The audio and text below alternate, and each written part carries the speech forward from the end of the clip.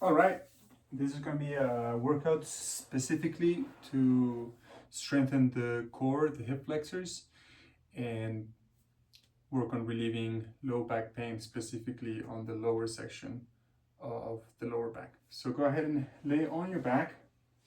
Let's start with the feet together and the knees together.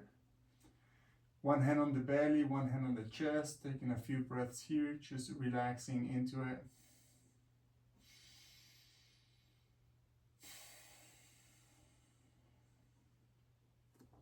Arms to the side, palms face up. We're gonna work on tucking and tilting the low back. Now, when we tilt, when we arch, there's space underneath our low back. When we tuck, when we round, there's no space. We're crushing our vertebrae to the floor. Try to keep your shoulders down, try to keep your chin towards the chest to lengthen the back of the neck. And again, we're going to arch. That's going to be the inhale. And then tuck, that's the exhale. When you arch, don't go all the way until you feel pain. Stop before you start to feel discomfort. When you tuck, make an effort to squeeze a little bit more. As you create tension on the front, you're seeking for space and opening of the back. Working with the breath.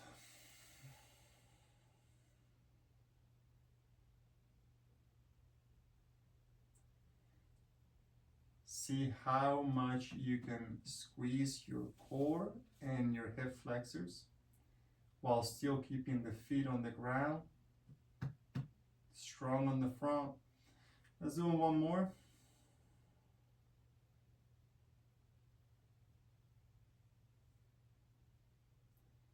Okay. We're gonna come into this position where we're tucking. We're gonna keep the tuck the whole time.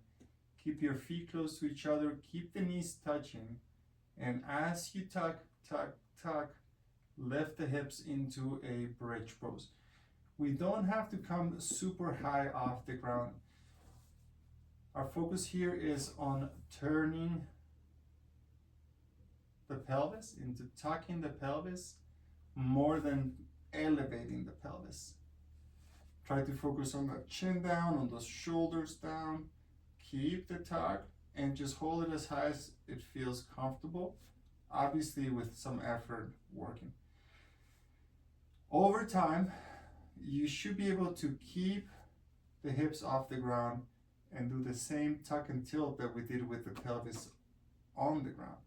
But if it doesn't feel safe and you feel like arching here, feels like pressure, tension, pinching, anything like that, then we might need to work a little bit more on strengthening our hip flexors and balancing tension before we can actually tuck and tilt up here. So your choice, either holding the tuck or doing a few tilts in this position.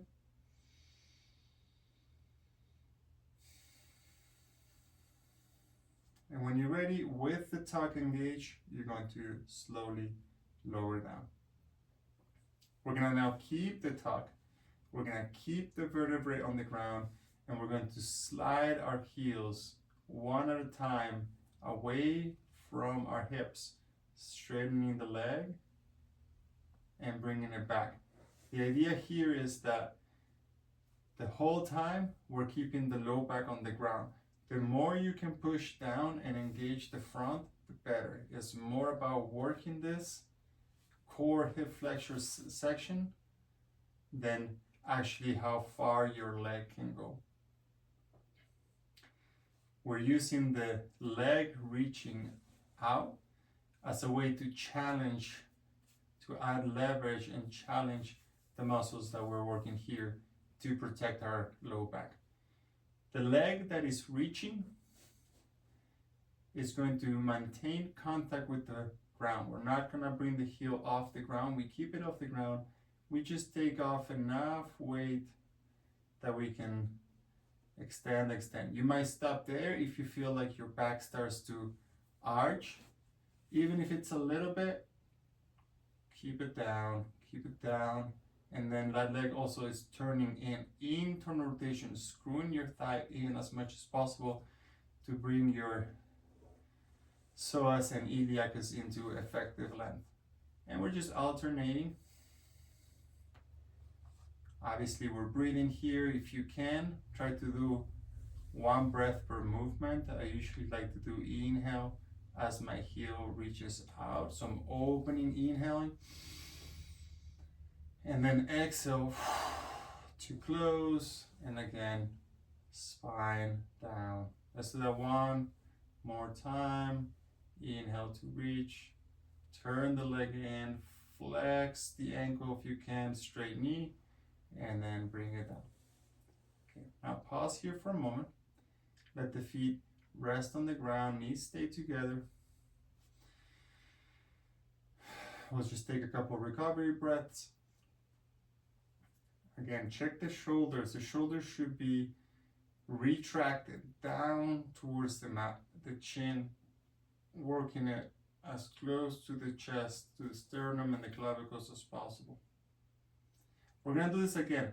Now, if you feel that was easy for you to keep the vertebrae on the ground, then you can move into the next level, which is both legs together. So both heels gliding at the same time, flexing, spreading the toes, and then again, bringing them. But if you feel like that's way too much work and that your low back starts to give and come off the ground, then you have to go back to one at a time, right? The idea is to go slow so that you become aware of the spine on the ground, but ideally quick enough that you can get one inhale and one exhale per side. So whether you're doing one at a time or both, maybe you do just one or two with both legs together.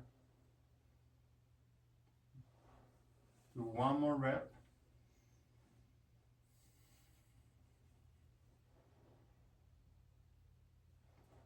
And again, just feet on the floor, recovery breath. There is one more variation that we could play with here. And if you found two legs together it was too much, then certainly you would not go to this one. You would just continue to do the final set again, one heel at a time. But if you felt like two legs together was doable, then you may want to try bringing the knees to 90 degrees with the hips at 90 degrees. So right angle, right angle, right angle with the ankles as well. And again, we're gonna do an inhale. Now the heel's gonna go all the way down to touch, and then exhale, bring it up. Of course, the main focus again is this low back crushing down. You can't really overdo it. You obviously don't want to come up here because that means the shoulders come off the ground. So just tuck as hard as you can, and then alternating. Inhale, heel touches. Exhale, bring it back.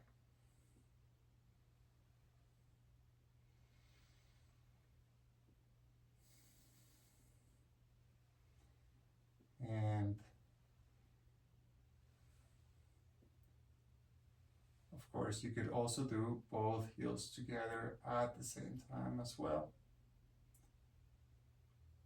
And you're also welcome to go back to one at a time. So wherever you are, just do maybe one or two more reps.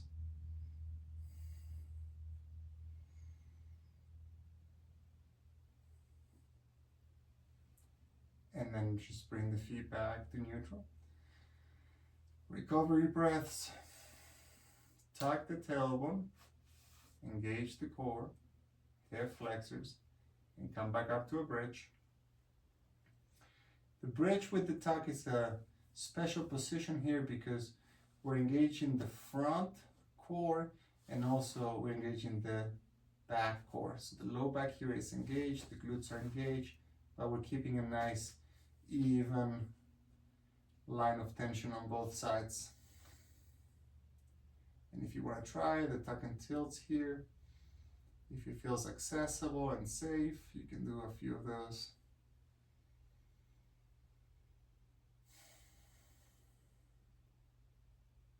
Good. Slowly, slowly rolling down to the ground. We're going to take the right leg and cross it over the left. Turn the left foot in and send your knees to the right. While you're doing this, keep a sense of tucking. It doesn't have to be a super intense tucking. This is a bit more of a recovery counter pose of sorts. Arms can go to the side, palm face up. And if you want to go farther, just make sure you're not hyperextending. That doesn't feel like you're pinching your low back, and that's where the tucking comes in useful.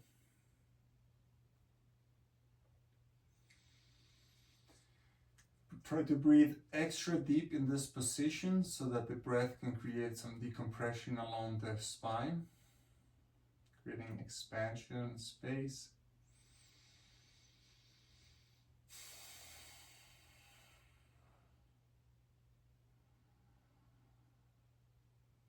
And with an exhale, you're gonna tuck the tailbone, engage the core, come back to center and uncross. And then we're gonna switch sides. So now the left crosses over, the right foot turns in, the legs slowly move towards the left side, tuck a little bit, palms stay face up to the sides.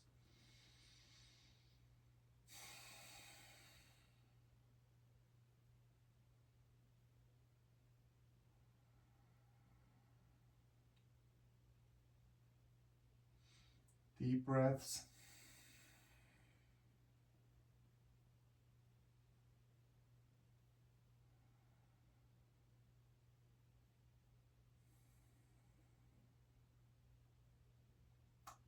Two more here.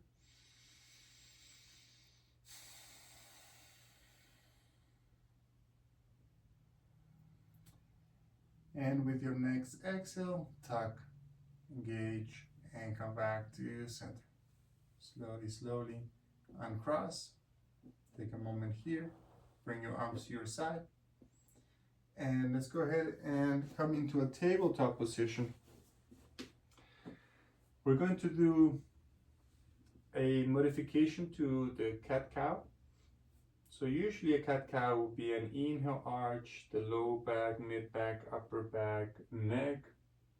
Exhale, round, tuck in, low back, mid back, upper back, and then the chin tucks in. So this is how the cat-cows are usually done, moving from the tailbone like a wave.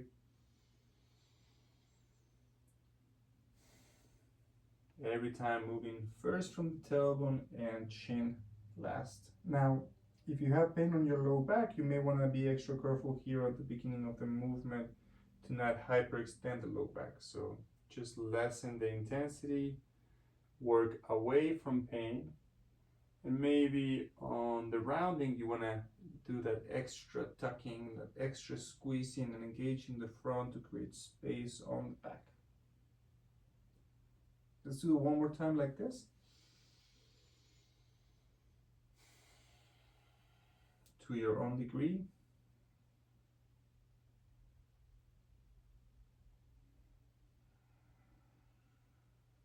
And then come back to center. We'll do now an isolation. So first, we're gonna do a flexion and extension of the cervical of the neck. So inhale, chin up, exhale, chin down into the chest. So we're here only working with our neck, with our cervical spine. You'll notice neither the thoracic or the lumbar spine are moving. So no movement on the torso or the hips. And then we'll come back to neutral with the head and we'll work on just the hips. So just the lumbar spine here, flexion and extension. This is the tuck and tilt we started with. Again, don't hyperextend, don't overarch if that causes pain. And do this without altering the spine, the curvature on the neck or the thoracic spine on the torso. Once you got that one, the next one we're gonna do is gonna be the thoracic spine. So the thoracic spine, flexion and extension, this one tends to be the most challenging one. What we have to do is make sure that we're flexing and extending the spine and not just retracting and protracting the shoulders. So you can see here, I'm bringing my shoulder blades together and then my shoulder blades apart. This is a rhomboid serratus anterior exercise. And what we want to do is keep the shoulders retracted. So think of your rhomboids engaged and then just work on your spine. Because we're working on the middle section now of the spine, it's more likely that top and bottom will be affected, as well as some protraction and retraction. But do your best to work on that section. You should be getting better over time as you develop more proprioception and neuromuscular dexterity. And if you want to do a couple more cat-cows all the way, full integration. On the cat-cows, as we arch, that's when we retract the shoulders. And as we round, that's when we protract the shoulders, separating the shoulder blades, pressing the ground. All right, and then finally, we're gonna come back to a tabletop. We're gonna inhale our right arm straight to the right and up. Exhale, thread the needle so the arm goes underneath the left armpit, head to the floor, right shoulder away from the ear to avoid cranking the neck. And you can just set your palm or a fist on the floor with the left hand.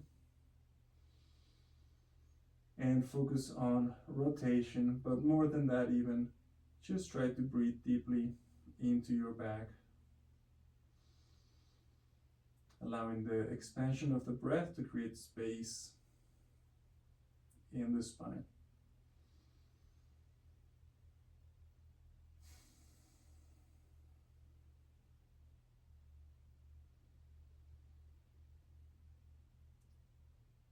On the next one, you're gonna take a big breath in, and as you exhale, you're gonna press yourself up. With the next inhale, left arm up to the left side, and thread exhale underneath the right. Checking in here to make sure that the neck feels safe. I usually try to have my hand below my elbow at 90 degrees, and I'm pressing to take weight off my torso so I can rotate as much as possible. Some people like to bring this right arm and grab onto the inside of your inner thigh on the opposite leg. But for now, I think it's best to just keep the arm in front for support and to aid into that stretch. And just work with your neck so that you feel like it's not being affected negatively by the pose. Again, big breaths. Try to find some movement on the spine, micro movements to open that thoracic spine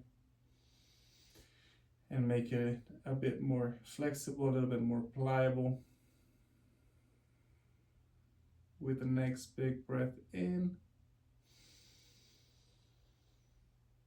exhale to press yourself back to tabletop. And from here, last pose we'll do, knees wide, big toes touching, child pose slowly. Bring your hips back. Ideally our sit bones will be touching our heels, but work with what you got. Bring your forehead to the ground. Work on tucking the chin in and work on tucking the tailbone here. Big breaths into your low back.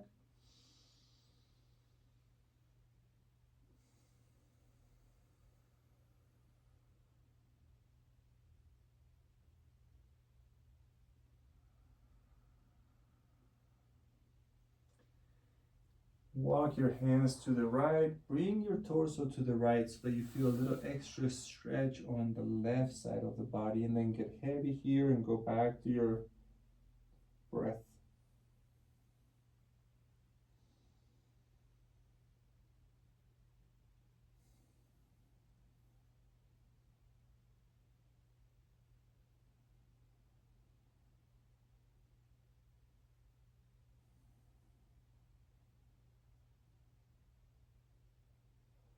Come back to center slowly. Couple breaths here to reset. Maybe you stretch your arms forward, maybe you sink your hips a little lower.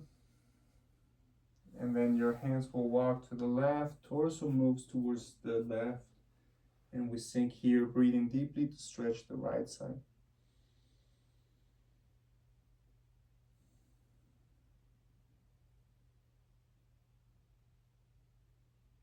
Big breaths.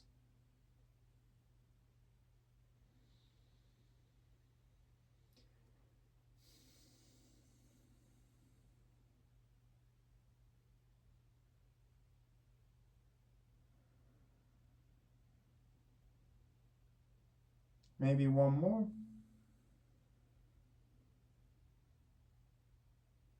And then you'll come back slowly back to center. Last time here, breathing deeply.